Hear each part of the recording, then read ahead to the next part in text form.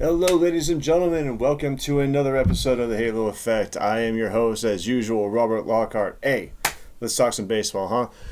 All right. I know it's been a while since I've really gotten on here, but life happens. What can I say? So, spring training has officially ended. Tomorrow is the start of the regular season, game 1 of 162. All 30 teams competing for that top spot. Of course, top spot being, World Series champion. So, anyway, here's the outlook as for what I've seen thus far. Let's just start with the Dodgers. They look good. What can I say? They look great. They got the pitching. They got the hitting. They're going to go a long way. It may take a year for them to gel, but over the next 10 years, I can almost guarantee about 2 or 3 World Series victories from them. So, moving on, other teams that look like they've improved. Atlanta Braves look like they've really improved. The addition of Chris Sale looks like it's going to be a good one for them. Jared Kelenic. Let's just say the jury's still out. But anytime you switch to a new team, a new hitting coach, there's always a learning curve. So, I can still remember the trade they made to get Aaron Bummer. Man, did they give up a lot. They gave up a lot to get him. Like, you understand that he's good. He's not that good, right? I mean, I know they had the guys to spare, but come on. Yeah, that's still severely overpriced in my mind. Chris Getz took you. He took you big time. But regardless, Aaron Bummer, he's still a good reliever. He's going to be really good out of your bullpen, so the Braves are going to be fine there.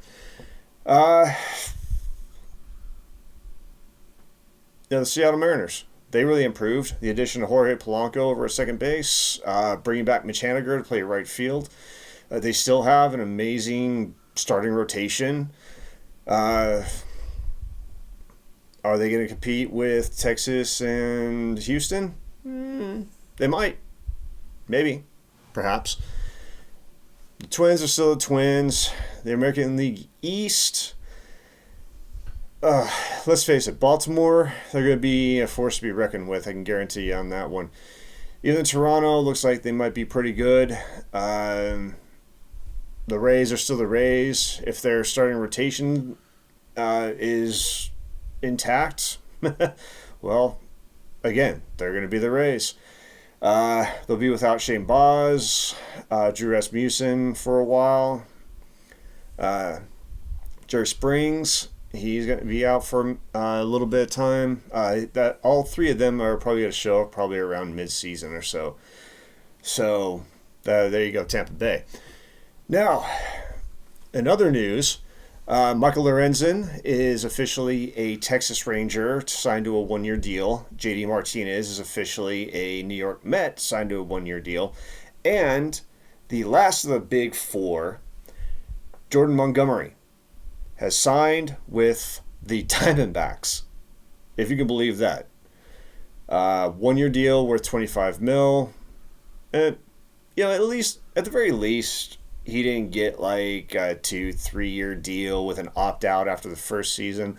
He just said, you know what, give me the 1-year deal. I'll go back out there next year and see what I can get.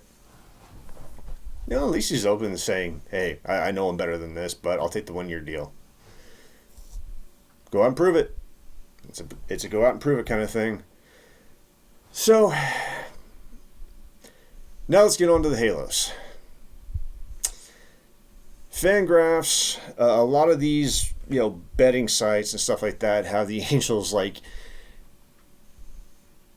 the 3rd or 4th least likely to win the pennant. That's about right. I can agree with that. So many pundits saying there's still a lot of questions. A return to form for Mike Trout, well, as long as he's healthy, it's going to be Mike Trout. There's really no doubt on that one. Can Anthony Rendon stay healthy? Ladies and gentlemen, let's put it this way. It's not really a question of if he'll get hurt again. It's a question of when. This is a man who, in the last 3 seasons, has had season-ending injuries before midway of the season. 3 years in a row. You know, I mean, 1 year, sure, of course it happens. 2 years in a row, okay. But 3, again, I've reiterated this once before, and, you know, it just gets something in your mind racing, like, something don't seem right. And then there was an interview with him earlier this spring saying that, baseball is not his biggest priority. You do understand you need to still do your job, right, Anthony? Yeah, you signed a contract. Yeah, you still have to do that job. So I don't know whether you're getting hurt on purpose, whether you're playing hurt. Don't know. I really don't know. I'm not a doctor. I'm not there. I can't see it. I'm speculating here. I'm guessing. But it seems weird to me. It seems super, super strange to me that this would happen 3 years in a row. And now we still have you for 3 more years. For those 3 years, you better step up, man. Because otherwise, I would say, forget the last 2 years. I'll just let you go. Get out of here, go on your merry way. See what team's going to sign you if you continue to get hurt on a constant basis. The one thing that bugs me is you're taking up a roster spot. Somebody who actually does want to play. Now, grant you, what we have waiting in the wings isn't exactly what you would call a game changer. In fact, there's absolutely no game changers in the Angels farm system at all. I can guarantee you that. I said this once before. The Angels farm system ranks 30th in the MLB. Dead last. Dead last. And when you look at their top 30 prospects, Rhett Bollinger and the rest of their scouting staff can say all they want. It's like, these guys are, you get to be excited about these guys. I'm not. Not one bit. Their top prospect is going to be Nelson Rada. Right now, technically, it's still Nolan Schanuel, but he's already at the big league level, and he's going to be their starting first baseman. So he's already kind of graduated to the major leagues. That's going to change here pretty soon. But Nelson Rada. Okay, look, I take a look at the guy. He's a good, solid player. I think he'll be a good leadoff guy for the Angels when he's ready to go. Bear in mind, I think he's gonna be 18 this year, so I mean that's a lot to say for somebody who's still not a legal adult to be where he's at right now. That's commendable. Yeah, I give him credit for it. But is he lighting up a scoreboard? No. Is he putting a team on his back to win a championship? No. No, he's not. Not by any stretch. He'll be a great contributor, but he's not a, jump on my back, I'll carry you to the championship kind of guy. He's not. That's a Mike Trout. That's a Bryce Harper. That's a Ronald Acuna. Julio Rodriguez. That's those guys. Now, if you take a look at Baltimore's farm system, they're loaded with guys like that. I mean, loaded with guys like that. Jackson Holliday, Colt Kauser, Heston Kjerstad. That's just 3 to name. You look at their top 30 prospects, their top 15 are better than our best. Sad. That's sad. That's lazy and terrible scouting. That is a bunch of yes men saying what the top guy wants to hear and not saying, no, this is better route to go. From what I can tell, the Angels are playing Moneyball and not doing a great job at it. And that's really bugging me. Now, until you hire Bill James to be your general manager, which it's not going to happen, don't try to do it. Don't try to play this game. Now, Ron Washington was around when the Moneyball was starting to go through because he was, one of the coaches for the A's back in the early 2000s. Ron Washington is a smart man. He's a good baseball guy, and he's a decent scout. Although, if he was the one who actually did scout Luis Garcia for the bullpen, that statement will actually come into question, I will say. But for the most part, I don't like where the Angels are. I really don't. I'll be perfectly honest with you. As a huge, huge fan myself, I can, try to, play like, oh no, they're gonna be great. They're gonna be awesome. Be that blind fan. Angels are number one. Yeah. No. I'm realistic. I know where the Angels are at.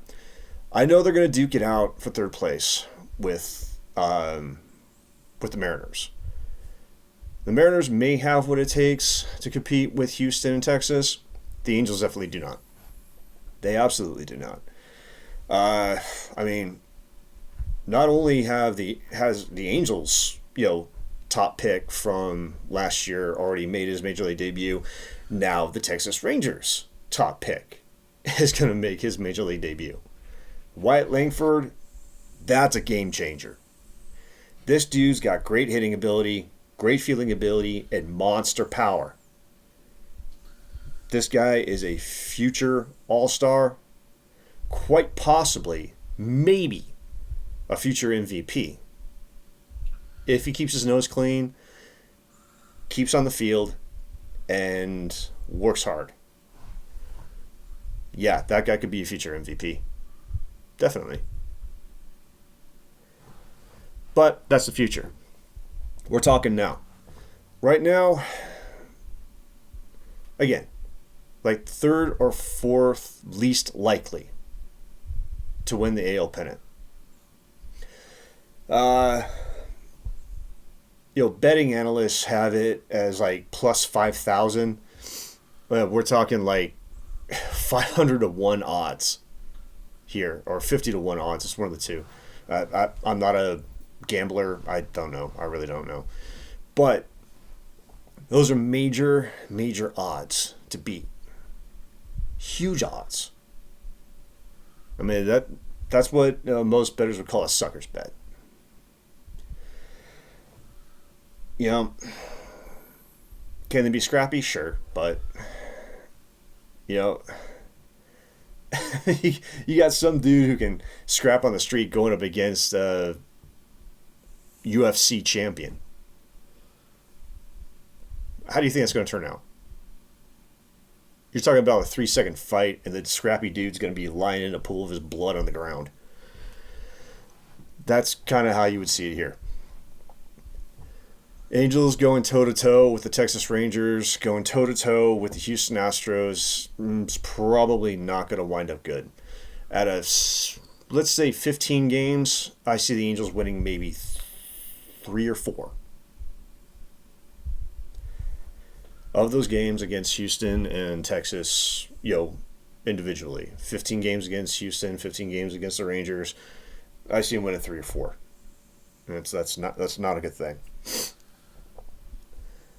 I said it before, everything starts with the farm system.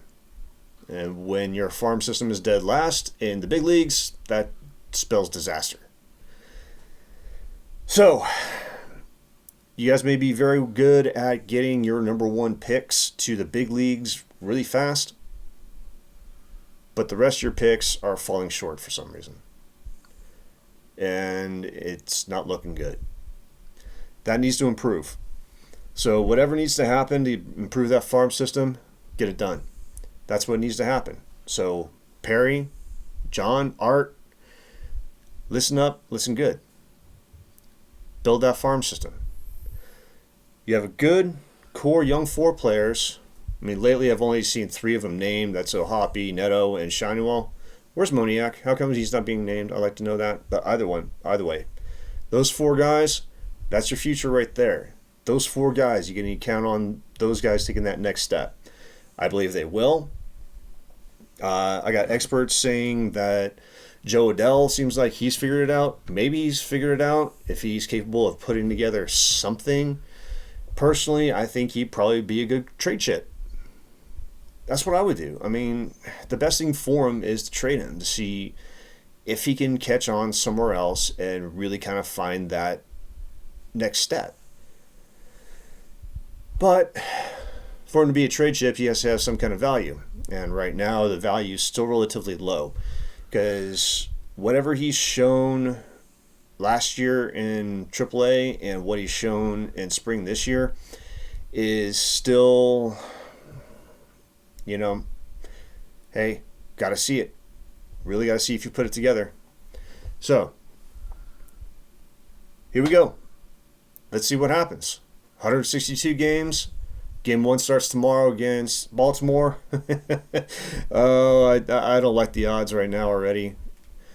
Patrick Sandoval, love the dude, but he's going against Corbin Burns, a legitimate ace, where he is not. So, I don't know, Halo fans. Even I got to say, I'm betting on third place. That's the best bet I can do right now. I say that because the Angels may have the offense, they don't have the pitching. Seattle's got the pitching, they don't quite have the offense. Jorge Polanco was a great addition, injury history. Mitch Haniger was a great addition. Bringing him back, still injury history. Julio Rodriguez, that's your big dude right there. Obviously, he's going to take the next step. He's already a superstar in my opinion. Dominic Canzoni, Dylan Moore, these guys, they got to take a next step. If they have that next step, they may very well have already hit their ceiling as solid players. I don't know whether they're going to be superstars or not. Maybe, maybe not. I doubt it. But hey, they can surprise me too. You never know. But I'm going to leave it there. 162 games to go, guys. Let's see what happens in the future. Go Halos.